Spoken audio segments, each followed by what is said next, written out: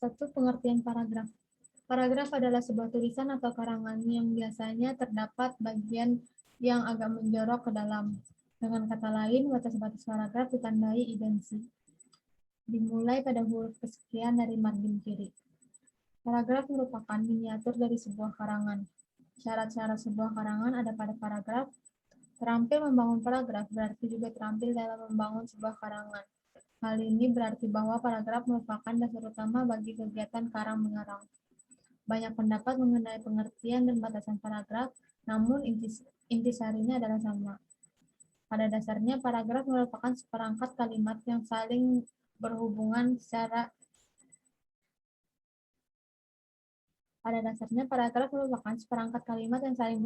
yang secara bersama dapat dipakai untuk menyatukan atau mengembangkan sebuah gagasan. Paragraf merupakan inti penuangan sebuah pikiran dalam sebuah karangan dan didukung oleh himpunan kalimat yang saling berhubungan untuk membentuk sebuah gagasan. Paragraf mempunyai fungsi untuk memudahkan pengertian dan pemahaman dengan memisahkan satu topik atau tema dengan topik atau tema yang lain, karena setiap paragraf hanya boleh satu ide pokok saja. Ide pokok tersebut berfungsi sebagai pengendali informasi yang diungkapkan sejumlah kalimat. Dua gagasan utama dan kalimat topik. Dalam sebuah paragraf, inti permasalahan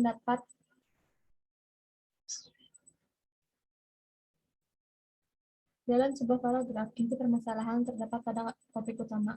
Semua pembicaraan dalam paragraf terpusat pada pikiran utama. Pikiran utama inilah yang menjadi pokok persoalan atau pokok perbincangan, sehingga juga sering disebut gagasan pokok, gagasan utama, atau ide pokok. Gagasan utama tersebut dikemas dalam sebuah kalimat topik. Fungsi topik sangat penting, yaitu memberitahukan kepada pembaca mengenai apa yang diperbincangkan dalam paragraf itu. Bagi penulis, kalimat topik berfungsi sebagai pengendali atau pengontrol terhadap permasalahan. Dengan kata lain, kalimat topik berfungsi sebagai pemberi arah terhadap semua permasalahan yang dituliskan di dalam paragraf itu. Bagi paragraf itu sendiri, kalimat topik berfungsi sebagai sandaran bagi kalimat-kalimat lain di dalam paragraf itu. Kalimat-kalimat lain akan selalu bertolak dari gagasan yang terdapat di dalam kalimat topik itu. Semua kalimat yang membina paragraf itu secara bersama-sama menyatukan satu hal atau satu tema tertentu. Untuk membuat paragraf, kalimat topik harus dikembangkan dengan kalimat-kalimat penjelas. Pengembangan paragraf dilakukan untuk merinci secara cermat gagasan utama yang terkandung dalam kalimat topik. Dalam perincian itu, terangkai sejumlah informasi yang terhimpun menurut kerangka dan tahapan tertentu. Dengan menuliskannya dalam kalimat-kalimat penjelas, informasi itu disampaikan secara logis, dijalin secara berurutan, dan ditautkan secara tertib.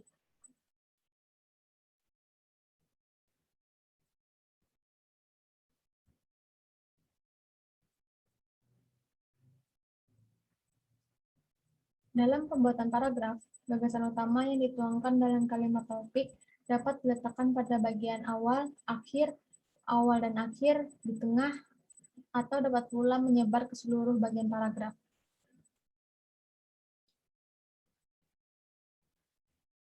Secara umum, paragraf yang efektif mempunyai ciri-ciri, yaitu 1. Mengandung satu gagasan utama yang dijelaskan dengan beberapa pikiran penjelas. 2. Pikiran penjelas yang betul-betul mendukung gagasan utama. 3. Gagasan utama dan gagasan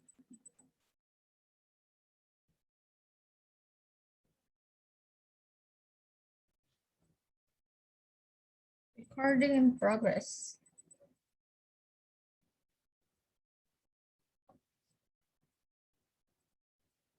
Pipi gunung gatal. Pipi gunung rasanya gatal. Minum obat ah. Yang tadi ya? Apa? Gak tahu. Gak tahu nama obatnya.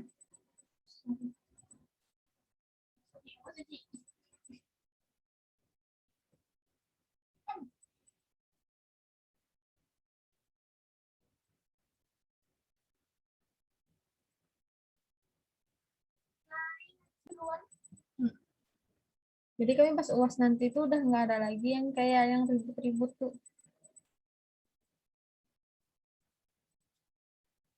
Kuni-kuni ya yang jelek banget.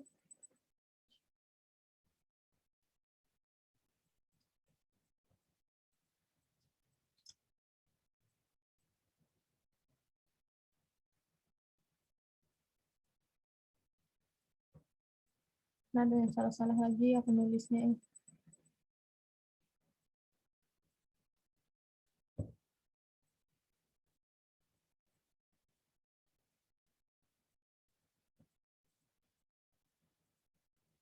Jelek banget.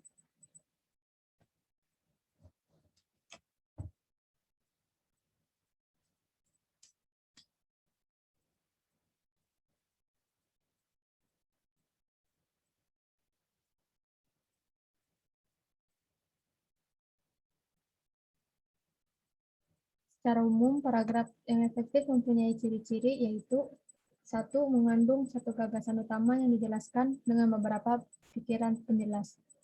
Dua, pikiran penjelas yang betul-betul mendukung gagasan utama. Tiga, gagasan utama dan penjelas yang dikemas dalam kalimat yang lugas dan efektif. Ada yang salah.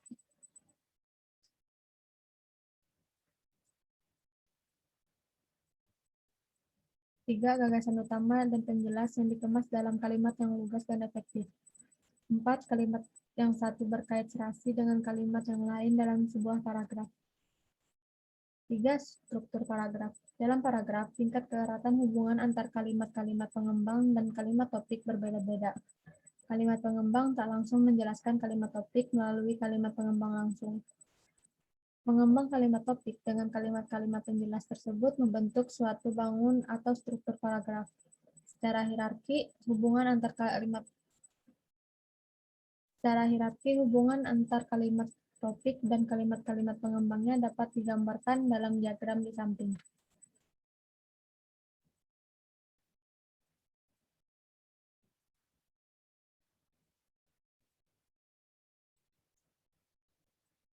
Empat, paragraf yang baik.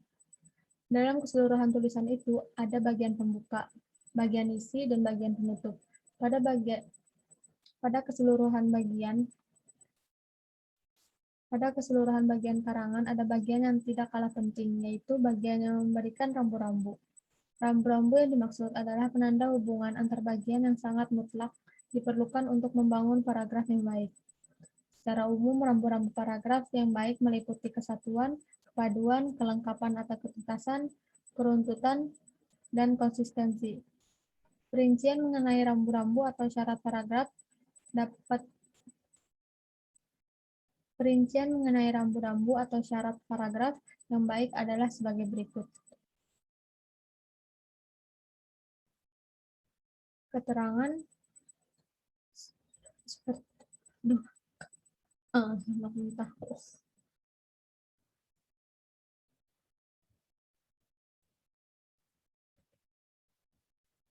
Syarat paragraf yang baik. 1. Kesatuan paragraf. Kesatuan berkaitan dengan adanya sebuah gagasan utama dan beberapa gagasan tambahan atau penjelas yang mendukung gagasan utama itu. Kesatuan paragraf dapat terpenuhi jika sebuah informasi dalam paragraf itu masih dikendalikan oleh gagasan utama.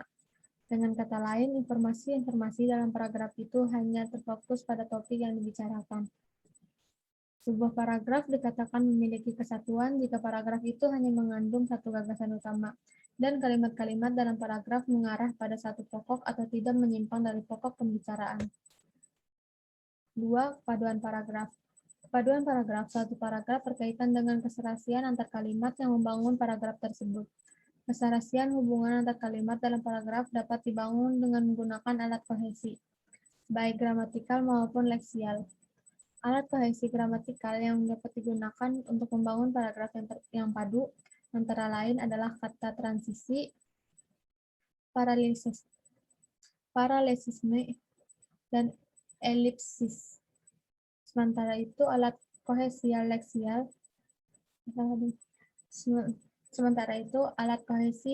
leksikal antara lain berupa sinonim, antonim, hiponim, dan repetisi. Leksikal. Sebuah paragraf dikatakan memiliki kepaduan jika terdapat keserasian hubungan antar kalimat dalam paragraf. A. Kata transisi. Ungkapan penghubungan antar kalimat. Kata transisi merupakan penghubung yang digunakan untuk menghubungkan unsur-unsur dalam sebuah kalimat atau antar kalimat dalam sebuah paragraf. Ketepatan penggunaan kata transisi berpengaruh terhadap ketegasan informasi. Kata transisi atau ungkapan penghubung antar kalimat berupa kata atau frasa yang berfungsi merangkaikan kalimat yang satu dengan kalimat yang lain sesuai dengan jenis hubungan yang ditunjukkan. Kata paragraf yang sering digunakan ada 8 macam. 1. Hubungan yang sering menyatakan tambahan. 2. Hubungan yang menyatakan pertentangan. 3. Hubungan menyatakan perbandingan. 4. Hubungan yang menyatakan akibat dan hasil. 5. Hubungan yang menyatakan tujuan. 6. Hubungan yang menyatakan singkatan. 7. Hubungan yang menyatakan waktu. 8. Hubungan yang menyatakan tempat. B. Referensi. Referensi atau pengacuan merupakan hubungan antar itu.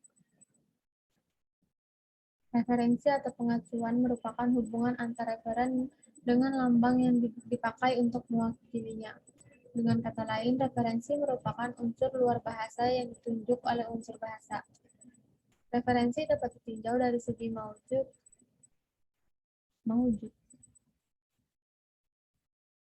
Referensi dapat ditinjau dari segi maujud yang menjadi acuannya. Dalam kaitan ini, referensi dapat dikelompokkan menjadi dua, yaitu eksoforis dan endoforis. Referensi yang dijadikan sebagai alat kohesi dalam paragraf adalah referensi endoforis. Jika ditinjau dari arah acuannya, referensi endoforis ini dapat dibagi menjadi dua macam, yaitu referensi endoforis dan referensi kataforis. Referensi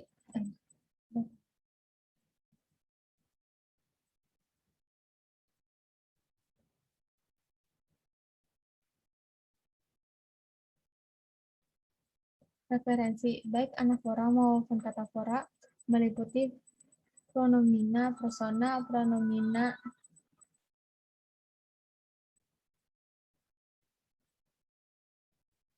referensi baik anafora maupun katafora meliputi pronomina persona, pronomina demonstrativa, dan pemarkah definit.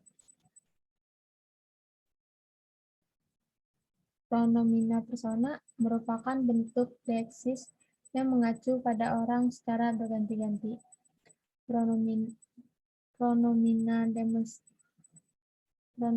demonstrativa merupakan kata-kata yang menunjuk pada suatu benda. Pemarkah keteraktifan dan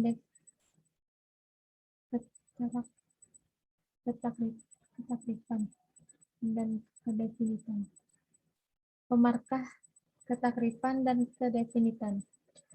Untuk mengungkapkan suatu yang telah disebutkan sebelumnya dapat dilakukan dengan strategi menggunakan pemarkah keteraktifan.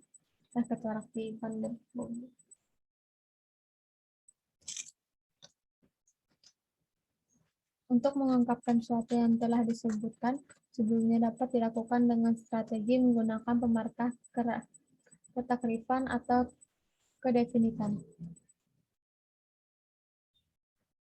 C. Substitusi. Substitusi adalah pergantian konstituen dengan menggunakan kata yang maknanya sama sekali berbeda dengan kata yang diacunya. Substitusi merupakan salah satu cara untuk mengganti suatu unsur dengan unsur lainnya. Dalam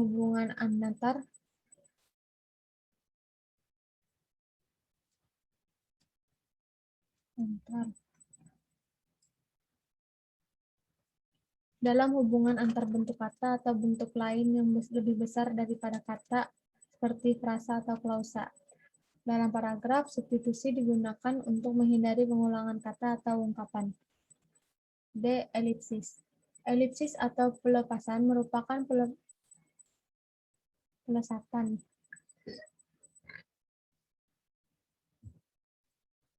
D. Elipsis. Elipsis atau pelesapan merupakan pelesapan unsur bahasa yang maknanya telah diketahui sebelumnya berdasarkan konteksnya. Pada dasarnya, elipsis dapat dianggap sebagai substitusi dengan bentuk kosong atau zero. Unsur-unsur yang dilesapkan itu dapat berupa nomina, verba, atau klausa. Elipsis nomina merupakan pelesapan nomina, baik berupa leksikal maupun frasal.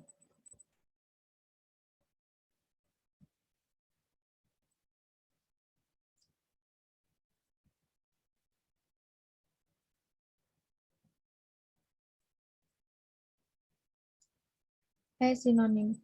Kesinoniman berarti bahwa dua butir leksikal memiliki makna yang hampir sama atau mirip. Sinonim dapat juga dikatakan sebagai ungkapan baik berupa kata, frasa maupun kalimat yang maknanya kurang lebih sama dengan makna ungkapan lain. Kesinoniman ini dapat menjadi sarana membangun paragraf yang baik dengan memanfaatkan bentuk-bentuk bersinonim. Paragraf yang dibuat menjadi lebih variatif dan tidak terkesan monoton. F. Antonim. Antonim adalah oposisi makna dalam pasangan leksikal yang dapat dijenjangkan. Secara umum, antonim memiliki ciri-ciri sebagai berikut. 1. Antonim penuh dengan kejenjangan. 2. Anggota tingkat pasangan menunjukkan beberapa ciri peubah seperti kepanjangan, kecepatan, ketelitian, dan sebagainya. 3. Untuk menyatakan agak atau lebih dan sangat. 3. Untuk menyatakan agak dan sangat. Anggota pasangan yang bergerak dalam pertentangan arah, panjang skala Anggota pasangan yang bergerak dalam pertentangan arah, panjang skala memperlihatkan ciri peubah yang relevan. Oposisi mutlak. Oposisi mutlak merupakan pertentangan makna secara mutlak seperti hidup dan mati. Oposisi kutub merupakan pertentangan tidak mutlak. Oposisi relasional. Oposisi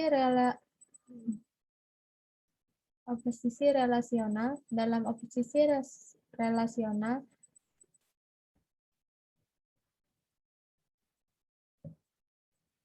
Dalam oposisi relasional,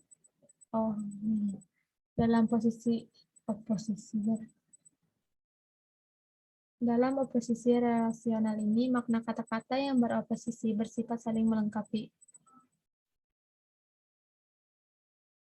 Oposisi hierarki. Makna kata yang beroposisi hierarki ini menyatakan suatu deret jenjang atau tingkatan.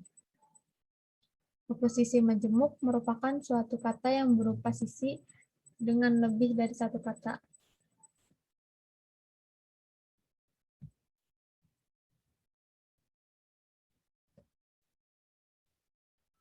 G. Hiponim.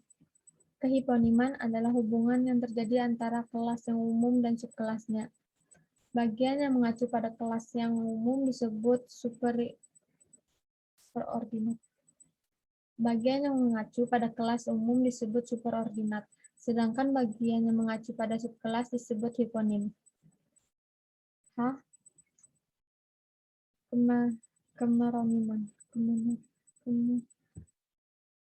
Kemeroniman. Kemeroniman merupakan konsep yang mengacu pada hubungan bagian seluruh pohon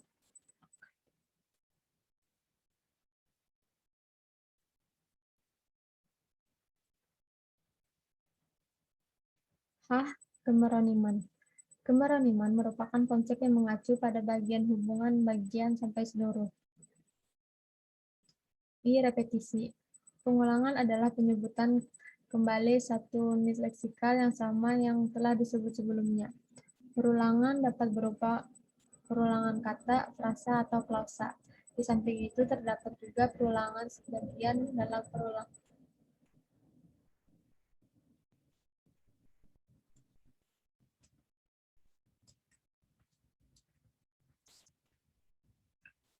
Perulangan dapat berupa perulangan kata, frasa, atau klausa. Di samping itu terdapat juga perulangan sebagian dan perulangan seluruhnya. Dalam perulangan itu, kemungkinan yang diulang adalah nomina verba atau kategori kata lainnya. 3. Kelengkapan dan ketuntasan. Kelengkapan atau kekompletan merupakan salah satu syarat paragraf yang baik. Aspek kelengkapan ini terpenuhi jika semua informasi yang diperlukan untuk mendukung atau menjelaskan gagasan utama sudah tercakup. Hal ini berarti bahwa gagasan utama dalam paragraf harus dikembangkan sesuai dengan informasi yang diperlukan dan dituntut oleh gagasan utama. Dengan begitu, pembaca akan memperoleh informasi secara utuh. Ketuntasan dapat dimaknai dalam pembahasan, yakni semakin konkret penggambaran suatu objek, akan semakin jelas informasi yang disampaikan. 4. Keruntutan. Sebuah paragraf dikatakan runtut jika uraian informasi yang disajikan secara urut. Tidak ada informasi yang melompat-lompat sehingga pembaca lebih mudah mengikuti jalan pikir penulis. Keruntutan paragraf ditampilkan melalui hubungan formalitas di antara kalimat yang membentuk paragraf. Hubungan formalitas tersebut menunjukkan pola urutan menyajikan informasi. Dalam beberapa model urutan informasi seperti urutan tempat, urutan waktu, urutan khusus umum, urutan tingkat, urutan apresiatif, urutan sebab akibat, dan urutan tanya-jawab. Tiap-tiap model itu mempunyai karakteristik yang berbeda-beda. Untuk model urutan tempat, misalnya, penyajian informasi tentang objek hendaknya disampaikan secara horizontal, dari kiri ke kanan atau sebaliknya, atau secara vertikal dari bawah ke atas atau sebaliknya. 5. Konsistensi. Sudut pandang adalah cara penulis menempatkan diri dalam karangannya. Dengan kata lain, sudut pandang dapat diartikan sebagai cara penulis atau pengarang menempatkan dirinya terhadap cerita atau karangan, atau dari sudut mana penulis memandang, atau dari sudut mana penulis memandang ceritanya. Berikut ini merupakan beberapa sudut pandang yang dapat digunakan penulis dalam karangan, yaitu sudut pandang orang pertama, sudut pandang orang ketiga, sudut pandang orang pengamat, atau sudut pandang orang campuran.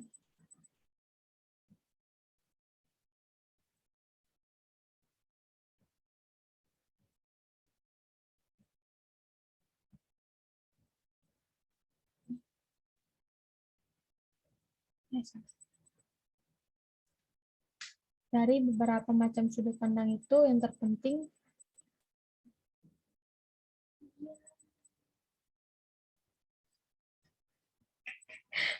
tolol. Iya, mati lampu, guys.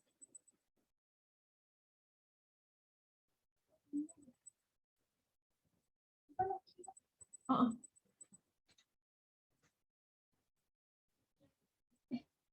aku hilang. Aku hilang.